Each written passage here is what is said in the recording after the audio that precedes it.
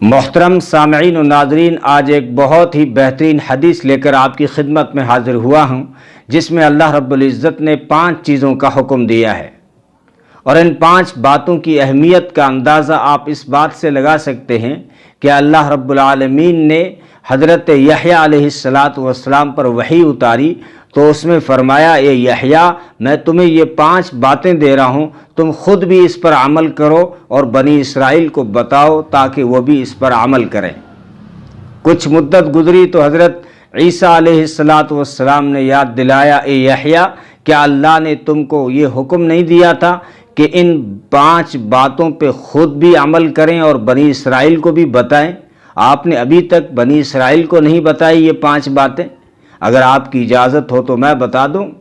تو حضرت یحییٰ علیہ السلام نے فرمایا، نہیں، اللہ نے پہلے مجھے حکم دیا ہے، اس لیے میں پہلے ان کو سناؤں گا، ورنہ کہیں ایسا نہ ہو کہ اللہ کا کوئی عذاب آ جائے مجھ پر یا میں زمین میں دھسا دیا جاؤں، اس لیے مجھے آپ سنانے دیں۔ پھر انہوں نے بنی اسرائیل کو بیت المقدس مسجد اقصیٰ میں جمع فرمایا اور یہ 5 باتیں بتائی۔ اے لوگو، اے بنی اسرائیل والو، اللہ نے خصوصی یہ حکم دیا ہے کہ تم ان 5 باتوں پہ عمل کرو۔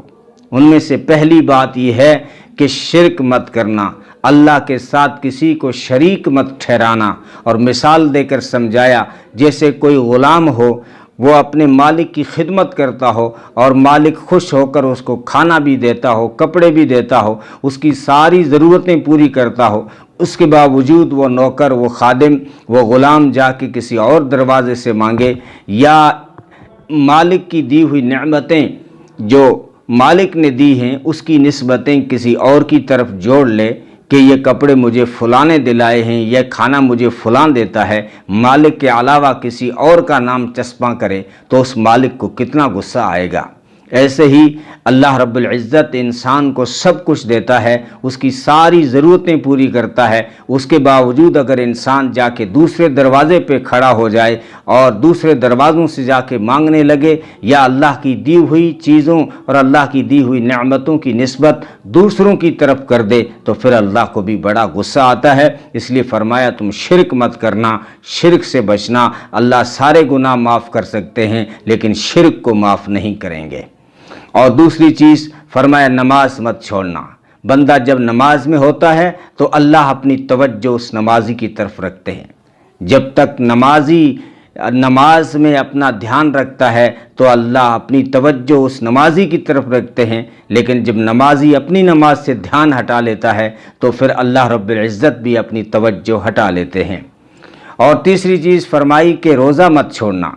روزے کی مثال مشک کی تھیلی کی طرح ہے، جہاں بھی ہوتی ہے اس کے اطراف و اکناف میں خوشبو پھیل جاتی ہے۔ ایسے ہی روزے دار سراپا خوشبو ہے، اس کا سارا وجود خوشبو ہے، یہاں تک کہ روزے دار کی بدبو بھی اللہ کے یہاں مشک اور عنبر سے زیادہ معطر ہے۔ روزے دار کے منہ سے، معدے سے آنے والی وہ بدبو ہے جس کے بارے میں اللہ نے فرمایا، میرے نزدیک وہ مشک اور عنبر سے بھی زیادہ معطر ہے،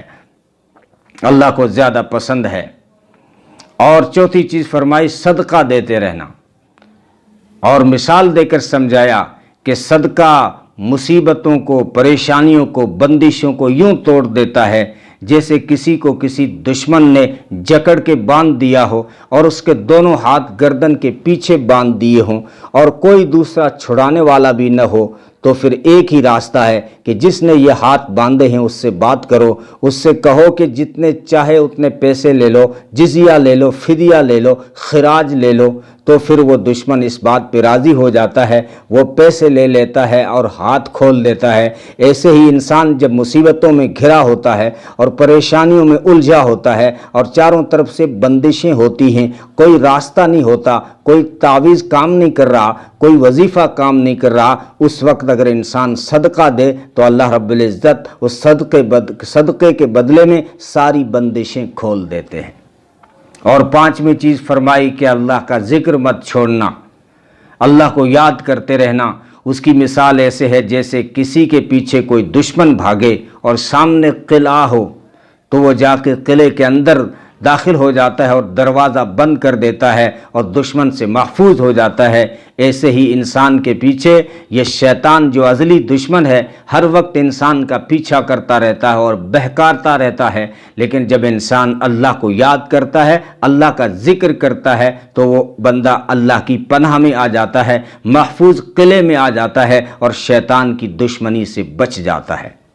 یہ 5 باتیں بتا کر نبی پاک صلی اللہ علیہ وسلم حضرت محمد مصطفیٰ صلی اللہ علیہ وسلم نے فرمایا، میری امت میں تمہیں 5 باتیں اور بتا رہا ہوں، اس کے اوپر بھی تم خاص عمل کرنا۔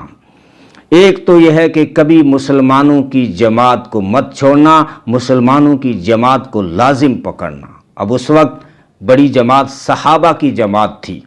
لیکن مفہوم عام ہے وہ جماعت جس میں مسلمانوں کی اکثریت جڑ جائے، اس لیے جو ہے میرے امتیوں تم جو ہے جماعت کو لازم پکڑنا۔ اگر کوئی جماعت سے ایک بالشت بھی ہٹ گیا تو گویا کہ اس نے اپنے گلے سے اسلام کا پٹا اتار دیا۔